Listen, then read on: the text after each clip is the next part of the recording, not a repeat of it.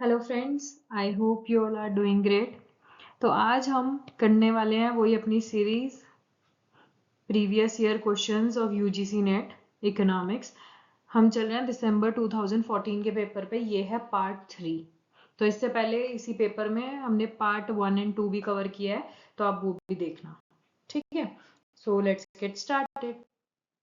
Question number 1, which of the following statement is true?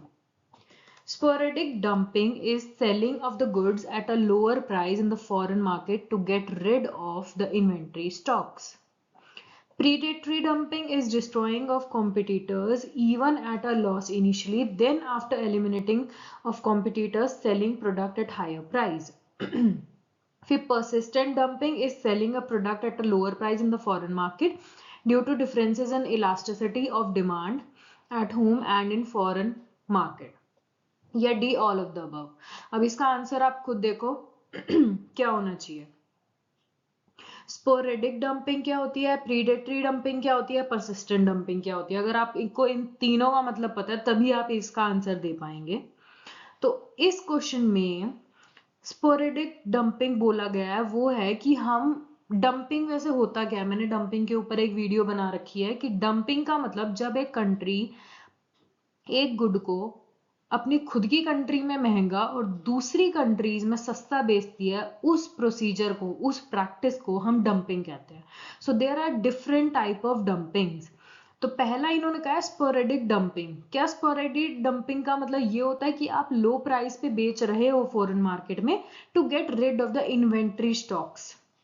कई बार क्या होता है, अनसोल्ड गुड्स बहुत बढ़ जाते हैं कई कंट्रीज के, तो वो क्या करती हैं कि अपनी कंट्री में कम दामों को बेचने की बजाय, अपनी गुडविल कम करना और वैल्यू कम करने की बजाय वो दूसरी कंट्रीज में कम दाम पे बेच देते हैं in order to clear their inventory.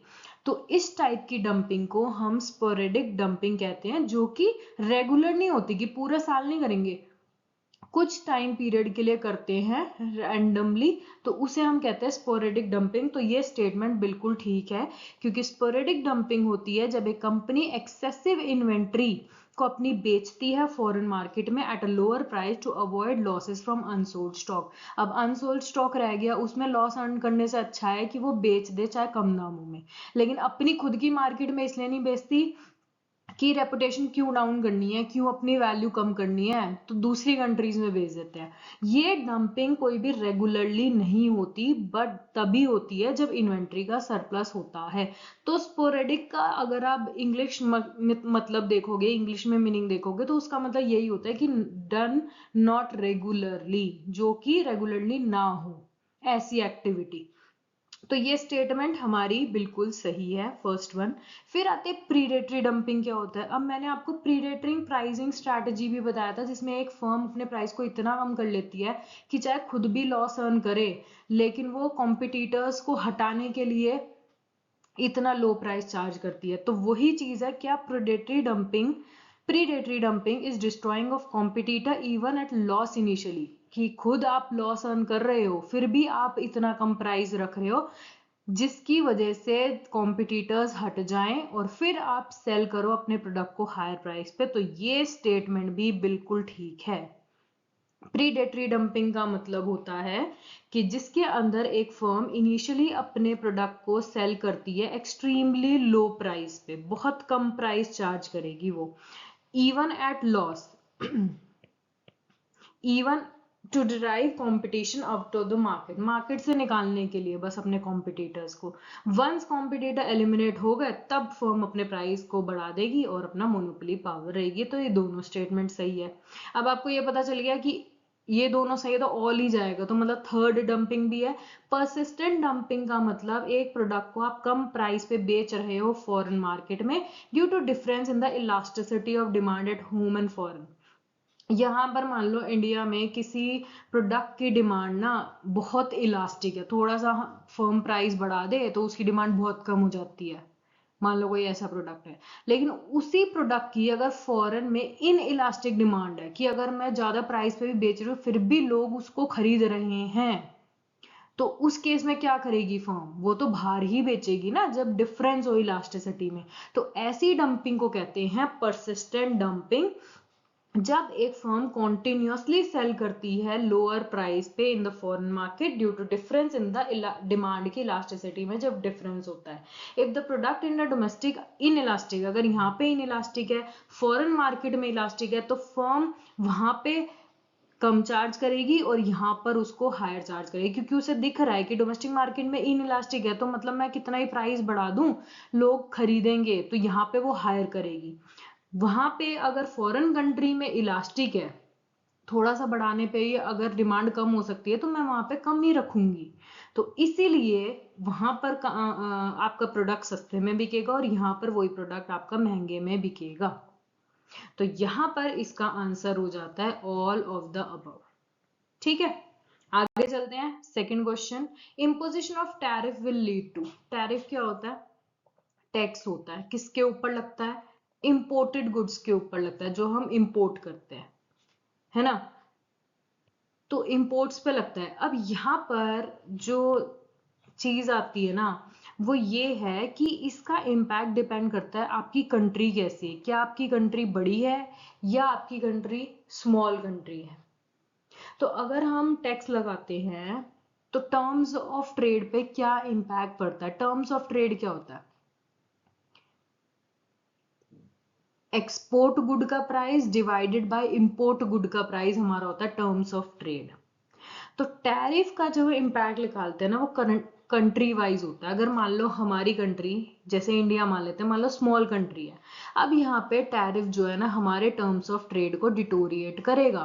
अब वो क्यों करेगा? एक स्मॉल कंट्री जो है ना वो प्राइस टेकर होती है।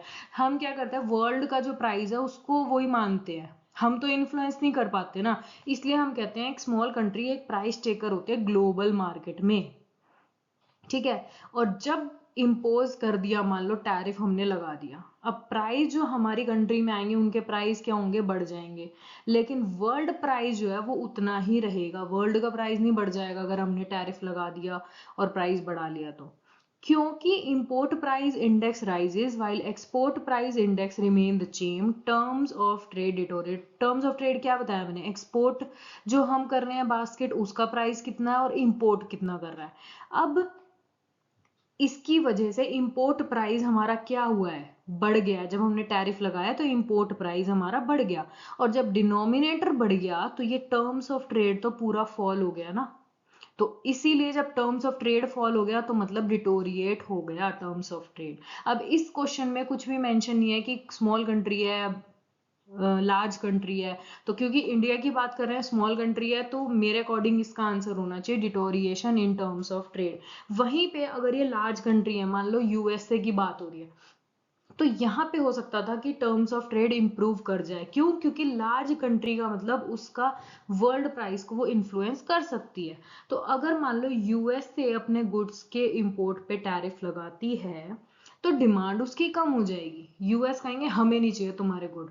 और जब ऐसा एक बड़ी कंपनी, बड़ी कंट्री करे जो कि पूरी वर्ल्ड में एक पावर होल्ड करती है, तो उससे क्या होगा? वर्ल्ड का प्राइस ही कम हो जाएगा। और फॉरेन जो सप्लायर्स है ना, जो सप्लाई कर रहे हैं, वो कहेंगे आधा टैरिफ हम ही दे देंगे या कुछ करेंगे, उसको बियर करने लग जाएंगे। तो अगर एक्सपोर्ट प्राइस आपका सेम रहेगा और राइज करता है मान लो स्लाइटली, तो इंपोर्ट प्राइस हमारा कम हो जाएगा, जिसकी वजह से टर्म्स ऑफ ट्रेड हमारा इंप्रूव हो जाएगा। तो in case of large country आप कह सकते हो टर्म्स ऑफ ट्रेड इंप्रूव होगा, और in case of small country ये डिटोरिएट होगा। आगे चलते हैं next question. Question number 3, trickle down strategy क्या इंप्लाई करती है? ट्रिकल डाउन इफेक्ट हमने पढ़ा है, आपने पढ़ा होगा तो आपको आता होगा। ट्रिकल डाउन इफेक्ट क्या होता है? अगर आपको उसका मीनिंग पता है तो आप बता सकते हो इसका आंसर। तो trickle down strategy implies growing GNP taking care of poverty, reduction in the income of the upper class by deliberate redistribution, direct achievement of better nourishment, health, education, etc. instead of growth of GNP first, a target a particular sector of the economy for betterment. Trickle down effect पता है क्या होता है? Trickle down effect का मतलब कि जो भी फायदा अगर बड़ी जो आप कह सकते हो जो रिच पीपल के पास है, अगर हम उन्हें कोई भी फायदा मिलता है ना, जैसे हम कहते नहीं कि कई बार इतना लोन दे दिया बड़ी बड़ी कंपनीज को और उसके ऊपर टैक्स माफ कर देते हैं या वो करते, वो क्यों करते हैं? क्योंकि अगर कोई बड़ी कंपनी है और उसको बेनिफिट मिल रहा है ना, तो गवर्नमेंट उसका टैक्स या उसको क्यों रिबेट देती है? वो इसलिए देती है क्योंकि इतनी बड़ी कंपनी जो है ना, वो आगे फर्दर एम्प्लॉयमेंट जनरेट करती है, इनकम लाती है कंट्री के लिए, और चीजें करती है, और ये जो चीज है ना, ये धीरे धीरे धीरे धीरे नीचे पुअर क्लास तक भी पहुंचता है। तो बड़ों को, जो अमीर है, उनको फायदा देने से उनका इम्पैक्ट धीरे धीरे इकोनॉमी के जो बेस लेवल पे है ना, वहां पर भी पड़ता है, यानी कि पॉवर्टी भी उससे रिडक्शन होती है। तो ट्रिकल डाउन स्ट्रैटेजी एक ऐसा इकोनॉमिक थ्योरी है जो सजेस्ट करता है कि economic growth driven by policies favouring businesses and the wealthy, कि अगर कोई गवर्नमेंट पॉलिसी बना रही है जो फेवर कर रही है ना किसी बड़े बिजनेस को, किसी वेल्दी पीपल को, तो will ultimately benefit all sections of society including the poor. Trickle down का मतलब धीरे धीरे रिस रिस के जैसे पानी आता है ना बेस तक, तो इन द सेम वे अगर कोई बड़ी कंपनी बड़े बिजनेस को आप सपोर्ट करती है किसी भी तरह, गवर्नमेंट या कोई भी, तो उसका इम्पैक्ट धीरे धीरे धीरे धीरे पुअर पीपल तक भी पहुंचता है।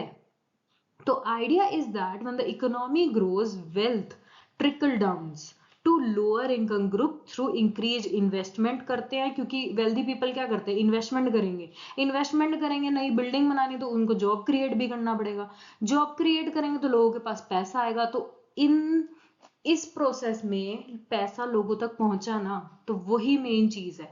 तो ट्रिकल डाउन स्ट्रैटेजी इंप्लाई करती है growing GDP taking care of poverty. इसमें हम पॉवर्टी को भी देखते हैं, उसको कंसीडर करके, कि इसलिए इन लोगों को फेवर कर रहे हैं क्योंकि पुअर तक पहुंचेगा।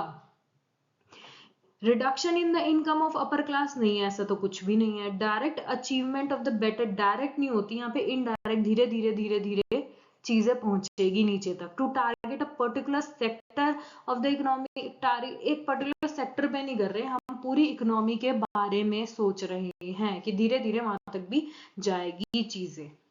ठीक है, next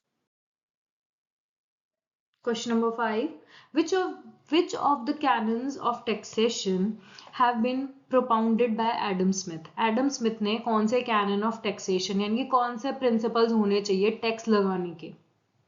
economy, elasticity, simplicity and sufficiency, equity, certainty, convenience, economy, certainty, convenience, economy, elasticity, economy, coordination, convenience and expediency. तो एडम स्मिथ ने ना टैक्सेशन, जो हम टैक्स देते हैं, तो उसके ना कैनन्स बताए। कैनन्स मतलब उसके प्रिंसिपल, कि हमारा जो टैक्सेशन सिस्टम होना चाहिए ना, उसमें क्या क्या क्वालिटी होनी चाहिए, क्या क्या प्रिंसिपल्स होने चाहिए।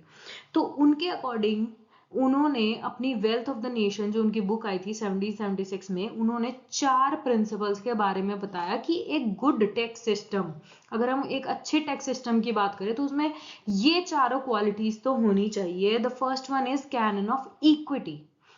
जो टैक्सेस है ना वो फेयर होने चाहिए, यूं नहीं होना चाहिए कि सारा पैसा हम गरीबों से ही ले लें या सारा अमीरों से ही ले लें।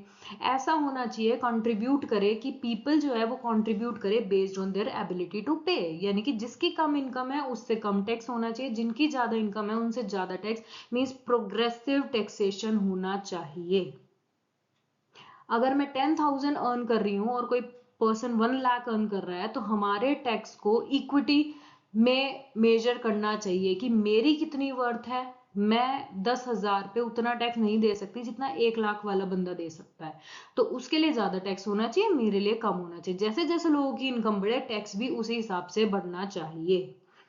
The second thing is certainty होनी चाहिए, जो अमाउंट है या टाइम या मेथड ऑफ टैक्स पेमेंट वो क्लियर होना चाहिए और सर्टेन होना चाहिए, उसमें कोई कंफ्यूजन नहीं होना चाहिए कि यू ना हो हमें पता ही नहीं चल रहा भाई हमारा टैक्स कितना बन रहा है, हमें कैसे कैलकुलेट करना है। उसको डिफिकल्ट बनाने की बजाय एक सर्टेनिटी आनी चाहिए कि कोई भी बंदा अपने अमाउंट को निकाल सके, टाइम देख के, मेथड उसे पता हो और क्लियर कट हो, ठीक है, कंफ्यूजन ना हो।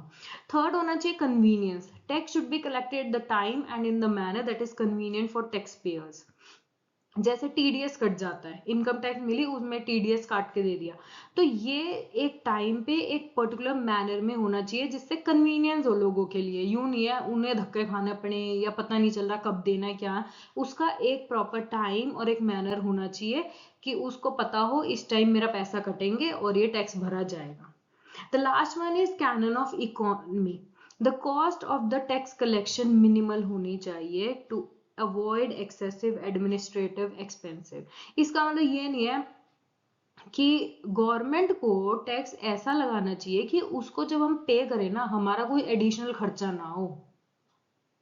अभी हमारा क्या लगता है, अगर इनकम आई तो उसमें से टीडीएस पहले ही कट जाता है, हमारा तो कुछ भी ना, हमारा एफर्ट लगा कोई ना, हमारा टाइम लगा, एक आराम से हमने टैक्स भी भर दिया। तो वही कह रहे हैं कैनन ऑफ इकोनॉमी का मतलब जो कॉस्ट आती है ना टैक्स कलेक्शन में वो मिनिमल होनी चाहिए, यानी कि अगर मैं टैक्स भरना चाहूँ तो मेरे को कुछ ज्यादा मेहनत ना करना पड़े, सीधा कट हो जाए, या लगे भी तो बहुत कम मिनिमल चार्जेस लगे उस टैक्स को भरने के लिए। तो ऐसा टैक्स सिस्टम जो फेयर हो, यानी कि इक्विटी हो, सर्टेन अमाउंट कंफ्यूजन ना हो, क्लियर कट हो, कन्वीनियंस हो कि हमें डिडक्शन जब भी हो रही है वो टैक्स पेयर के लिए कन्वीनियंट हो, और फोर्थ वन इज इकोनॉमी, एक एडमिनिस्ट्रेटिव कोर्स या फालतू की कोर्स आने जाने में ये ऐसे फालतू के खर्चे ना हो, ये चारों चीजें होनी चाहिए। So as per the given option the answer would be B, equity, certainty, convenience and economy. आगे चलते हैं next question, question number 5, which one of the following denotes the power of the test? Alpha is the probability of type 1 error, beta is the probability of type 2 error। मैंने एक short बनाया था type 1 और type 2 error का। Type 1 error क्या होता है, जिसमें हमारा दो हाइपोथेसिस होते हैं ना, उसमें नल हाइपोथेसिस मान लो सही है, यानी कि मैं हूं, मान लो मैं सिक्योरिटी चेकिंग में जा रही हूँ, मैं मेट्रो में एंटर करी और मैं सिक्योरिटी चेक में, मेरे पास कुछ भी थ्रेटनिंग चीज नहीं है, मैं एंटर कर रही हूँ, तो मतलब मैं ट्रू हूं, मेरे पास कोई थ्रेट नहीं है, लेकिन उन्होंने फिर भी मेरे को रोक लिया रास्ते में। तो ये होता है टाइप 1 एरर, जहां पर आप एक नॉर्मल इंसान को आप रिजेक्ट कर रहे हो, मतलब जाने नहीं दे रहे। टाइप 2 एरर क्या होता है कि एक कोई आतंकवादी घुसने की कोशिश कर रहा है, जिसके पास कोई थ्रेटनिंग चीज है, जो बॉम्ब ले रहा है, और उसको आप जाने दे रहे हो, ये होता है टाइप 2 एरर, कि उसके पास थ्रेट है फिर भी आप उसे रोक नहीं रहे, आप उसे जाने दे रहे हो। ठीक है, अब बात आती है पावर ऑफ द टेस्ट। हम कब कहते हैं कि हमारे पास पावर है? आजकल देखा गया है कि गलत को गलत बोलो ना, जो बंदा गलत को गलत कहते ना उसको हम कहते हैं पावरफुल बंदा है भाई, कि मुंह पे मना कर रहा है कि उसको ये चीज नहीं करनी। तो इन द सेम वे अगर कोई थ्रेटनिंग पर्सन अंदर जा रहा है और वो उसके पास कोई ऐसी चीज है जो थ्रेटन है, जो बॉम्ब ले रखी है, अगर हम उसे रिजेक्ट कर दे, उसे वहीं पे रोक ले, हाँ भाई तेरे पास कुछ है, उसे हमने वहीं पे रोक लिया, that would be considered as power, कि हमने उस पर्सन को जो कि पूरी इकोनॉमी के लिए थ्रेट है, हमने उसे सही डिटेक्ट किया और हमने उसे रोक लिया, उसको हम कहेंगे पावर ऑफ द टेस्ट। ठीक है, अब वो कब होगा, जब थ्रेट होने के बाद हम उसको जाने देते हैं, उसे हम कहते हैं बीटा, टाइप 2 एरर। तो उसका अपोजिट यानी कि 1 minus beta would be considered as power of the test. ठीक है, जैसे पावर ऑफ द टेस्ट होता है ability to reject a fall null hypothesis. Null hypothesis गलत है तो हमारे अंदर इतनी पावर होनी चाहिए कि हम उसको रिजेक्ट कर सकें। ठीक है, when we fail to reject, जब हम फॉल्स नल हाइपोथेसिस को रिजेक्ट नहीं कर पाते तो हमें टाइप 2 एरर मिलती है।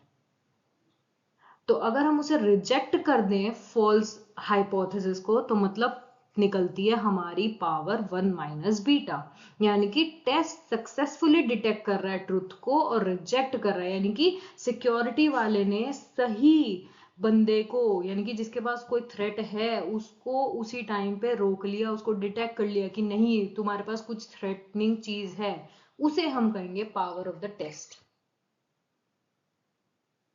ठीक है, let's say use an airport security check. Null hypothesis दिखा रहा है कि पैसेंजर के पास कोई भी डेंजरस आइटम नहीं है, ऑल्टरनेटिव कह रहा है पैसेंजर के पास डेंजरस आइटम है। टाइप 1 एरर क्या होगी कि हमने इनोसेंट पैसेंजर, जैसे कोई भी जा रहा है किसके पास कोई भी थ्रेटनिंग नहीं है फिर भी आपने रोक लिया कि आप अंदर नहीं जा सकते, हमें डाउट है आपके पास कुछ है, वो होता है टाइप 1 एरर। टाइप 2 एरर होता है कि एक कोई आदमी डेंजरस चीज लेके जा रहा है लेकिन सिक्योरिटी गार्ड उसको नहीं रोक रहा, उसको कह रहा है हाँ हाँ आप चले जाओ सब सही है, वो हुआ टाइप 2 एरर। आई होप यहां तक क्लियर हो गया होगा टाइप 1 एंड टाइप 2 एरर। अब आप एक बात बताओ, पावर किस में होगी? अब आप कहोगे सही को सही कहना भी तो पावर होता है। जब मैंने कहा झूठ को आजकल, गलत को गलत कहना पावर होता है, कई जने कहेंगे सही को सही भी कहने में पावर लगती है। ठीक है, अब आप देखो लॉस इसमें किस में होगा। एक कोई नॉर्मल इंसान जा रहा है सिक्योरिटी पे, उसको अगर उन्होंने रोक भी लिया तो क्या बिगड़ जाएगा? उसके बाद कुछ है नहीं, बाद में वो कहेंगे फॉल्स अलार्म था, हमें गलती से डाउट हो गया था, आप चले जाओ कोई दिक्कत नहीं है। बट टाइप 2 एरर में अगर हम कोई थ्रेटनिंग इंसान को अंदर भेज रहे हैं तो वो तो लॉस क्रिएट कर देगा ना। कोई पर्सन बॉम्ब लेके एंट्री कर रहा है और हमने उसे डिटेक्ट नहीं किया, हमने उसे अंदर जाने दिया। अब ये तो थ्रेटनिंग हो गया ना, अंदर वो कुछ भी कर सकता है, लोगों को मार देगा, कुछ भी कर जाएगा XYZ। तो उसे अगर हम सही डिटेक्ट कर ले वो हमारी पावर हुई ना। So power of the test is 1 minus beta is the ability of the airport security to correctly identify and stop a dangerous passenger when they are carrying a threat. I hope अब ऐसा question आएगा तो इसमें तो आपको नहीं अटकना चाहिए। ठीक है, आगे चलते हैं। Question number 6, match the following है। Liquidity trap, demonstration effect, permanent income hypothesis, wealth effect. इसको ये कॉन्सेप्ट किस किस इकोनॉमिस्ट ने दिए थे? तो लिक्विडिटी ट्रैप केन्स ने दिया हुआ है कि एक ऐसी सिचुएशन आ गई थी ग्रेट डिप्रेशन के बाद कि पर्सन कहते थे हमारे पास ही हमें होल्ड करने दो पैसे, हम बैंकों में नहीं रखेंगे। उस टाइम पे इंटरेस्ट रेट बहुत कम हो गया था और बॉन्ड प्राइस बहुत हाई हो गए थे। जो मैंने अपनी वीडियो क्लासिकल और केन्स की थी उसमें ये चीज बताई हुई है। ठीक है, और केन्स के ऊपर एक वीडियो भी बनाई हुई है लिक्विडिटी ट्रैप की। ठीक है, तो आपको वहां से मिल जाएगा। तो ये एक ऐसी सिचुएशन है जहाँ के मॉनेटरी पॉलिसी फेल हो जाती है क्योंकि पीपल जो है उनके पास कैश है, वो अपना कैश अपने पास रखना चाहते हैं रेदर देन इन्वेस्टमेंट। सेकेंड आता है डेमोन्स्ट्रेशन इफेक्ट, ये डजनबेरी ने दिया था। इसमें क्या था, people increase their consumption based on what they observe in higher income group, कि हायर इनकम ग्रुप में लोग कितना कंज्यूम कर रहे हैं उसको देख देख के पीपल भी अपनी कंजम्पशन इंक्रीज कर देते हैं, जिसकी वजह से ज्यादा स्पेंडिंग होती है और सेविंग कम हो जाती है। ये डजनबेरी की जब हमने कंजम्पशन थ्योरीज पढ़ी थी उसमें किया हुआ है हमने कवर। फिर अब परमानेंट इनकम हाइपोथेसिस, ये तो मिल्टन फ्रीडमैन ने दिया, ये भी मैंने वीडियो बना रखी है परमानेंट इनकम की और डजनबेरी की भी बनी हुई है। ठीक है, तो आप प्लेलिस्ट में देख सकते हो और मैं लिंक भी अटैच कर दूंगी। तो मिल्टन फ्रीडमैन के अकॉर्डिंग सजेस्ट किया था कि पीपल की कंजम्पशन बेस्ड होती है उनकी एक्सपेक्टेड, कि हम एक्सपेक्ट कितना करते हैं ना कि हमारी फ्यूचर में इतनी इनकम होगी, उसको देखकर हम अपनी करंट की कंजम्पशन करते हैं rather than current income leading to a stable consumption pattern. हम आज की इनकम नहीं देख रहे, आज अगर मैं 20,000 कमा रही हूँ तो मैं इतना कंज्यूम करूंगी, मैं ये सोच के कमाती हूँ कि फ्यूचर तक मेरी ऑन एन एवरेज कितनी इनकम रहेगी, उस बेसिस पे मैं कंजम्पशन आज की करती हूँ। उसे दिया है मिल्टन फ्रीडमैन ने परमानेंट इनकम हाइपोथेसिस। फिर आता है लास्ट, वेल्थ इफेक्ट, ये हमें पिगू ने दिया है। वो कहते हैं when people feel wealthier due to increase in asset value. अब होता है ना कई बार प्रॉपर्टी के रेट्स हमने खरीदा था कुछ में और अब स्काई रॉकेटिंग हो गया तो हमारी प्रॉपर्टी के दाम बढ़ गए। तो अब जब पीपल फील करते हैं वेल्दियर कि अब हमारे पास बहुत पैसा है, क्यों? क्योंकि उनके स्टॉक की वैल्यू बढ़ गई या उनका रियल एस्टेट बढ़ गया, तो इसकी वजह से वो जब ज्यादा स्पेंड करने लग जाते हैं, इकोनॉमिक एक्टिविटीज को बढ़ा देते हैं, इसे कहते हैं वेल्थ इफेक्ट। ये दिया था AC पिगू ने। ठीक है, आगे चलते हैं। Question number 7, eco mark is a symbol related to. Eco mark किसका सिंबल है?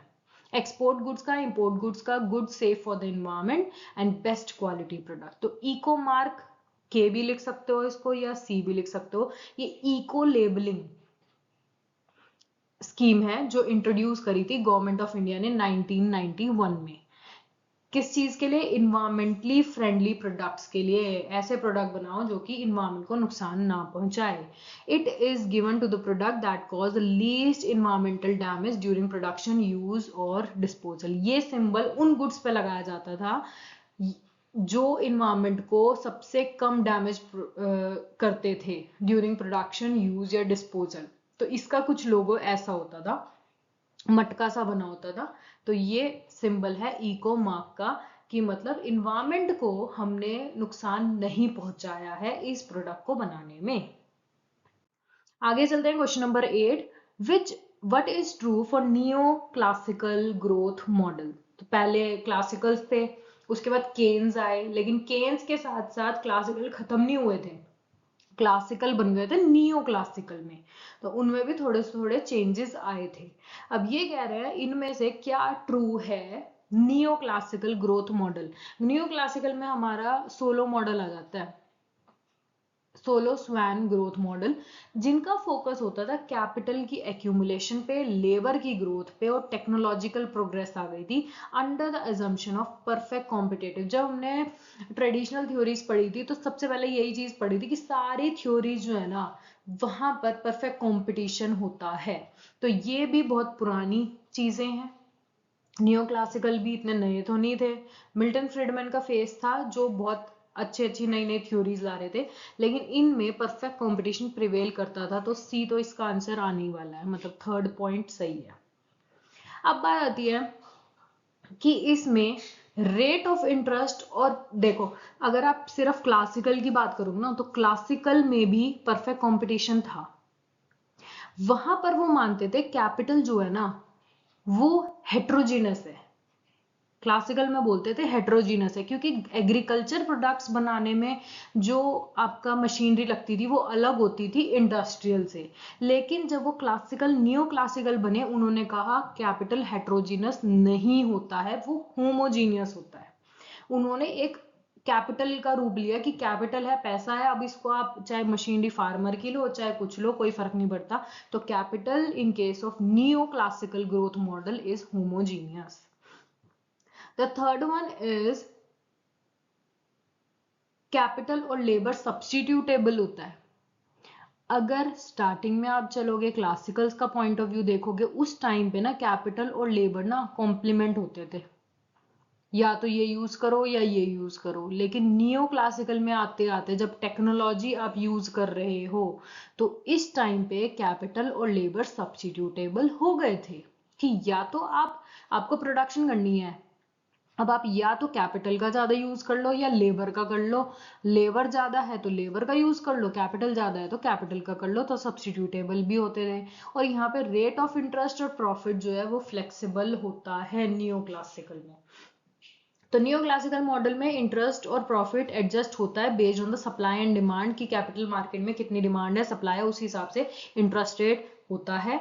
नियो क्लासिकल में अज्यूम करते थे कैपिटल है होमोजीनियस, आप कुछ भी खरीद सकते हो, एक ही कैपिटल गुड्स को एक ही माना गया है, चाहे वो फार्मिंग के लिए यूज कर रहे हो आप कोई कैपिटल खरीद रहे हो या आप इंडस्ट्रियल में कुछ गुड खरीद रहे हो, तो कैपिटल गुड को एक ही कैटेगरी में बांटा गया है, ये नहीं है कि अलग अलग है। The third one is perfect competition है। सारे जो मार्केट है ना स्टार्टिंग के सारे मॉडल्स है उसमें बेसिक अजम्पशन यही है परफेक्ट कंपटीशन होता है, तो ये करेक्ट है। फिर है क्लासिकल, नियो क्लासिकल अज्यूम करते थे स्मूथ प्रोडक्शन फंक्शन है, कॉप डगलस या सीईएस, जिसमें आप कैपिटल और लेबर को सब्स्टिट्यूट कर सकते हो, आपके पास जो सस्ता है आप वो यूज कर दो, नो इश्यू। तो ये भी ठीक है। 1, 3 and 4 are the correct statements, तो ऑप्शन 3 इज करेक्ट। आगे चलते हैं। Question number 9, what is perspective planning, क्या होती है? Overall appraisal of planning, review of planning in different fields, taking up past experience and reviewing the future in that light, planning for future so as to meet the long-term requirement of development in the country. Perspective planning होती है long term economic planning. जब हम बहुत लंबे समय के लिए सोचते हैं ना, एक डेवलपमेंट गोल सेट कर लेते हैं और स्ट्रैटेजी बनाते हैं कि 15 से 25 साल बाद हम कहाँ होंगे, उसे हम कहते हैं पर्सपेक्टिव प्लानिंग। वो प्रोवाइड करता है एक विजन फॉर फ्यूचर, हमारा कहाँ जा रहा है, फ्यूचर की ग्रोथ कैसी होनी चाहिए, डेवलपमेंट कैसी होनी चाहिए, while ensuring short term plans हमारे लॉन्ग टर्म ऑब्जेक्टिव से मीट करें। कि जैसे अब नरेंद्र मोदी जी कोशिश कर रहे हैं ओबेसिटी का टॉपिक उठाने का, कि इंडिया में ओबेसिटी बहुत बढ़ जाएगी 2035 तक, तो उसको कंट्रोल करने के लिए अभी से हम मेजर करें। तो ये टाइप की प्लानिंग होगी पर्सपेक्टिव प्लानिंग, कि आप 15-20 साल बाद के आप प्लानिंग अभी से कर रहे हो और अपने शॉर्ट टर्म जो गोल्स हैं, शॉर्ट टर्म जो प्लान है, उनको भी लॉन्ग टर्म ऑब्जेक्टिव की हमें ओबेसिटी कम करनी है, तो उसको कम करने के लिए आप शॉर्ट टर्म प्लान्स भी बनाओगे। तो ऐसी प्लानिंग जो फोकस कर रही है 15-20 साल में, उसके बाद क्या होने वाला है, हमें क्या करना है, ऐसी प्लानिंग को कहते हैं पर्सपेक्टिव प्लानिंग। तो इसमें ओवरऑल अप्रेजल ऑफ प्लानिंग, ये तो इवैल्यूएशन हो गया, प्लानिंग नहीं हुई तो ये गलत हो गया। रिव्यू करना, डिफरेंट फील्ड में रिव्यू होता है, एक मॉनिटर कर रहे हैं, हम असेस कर रहे हैं कि सही हो रही है गलत हो रही है, ऐसा कुछ नहीं है। फिर आता है taking up the past experience और रिव्यूइंग।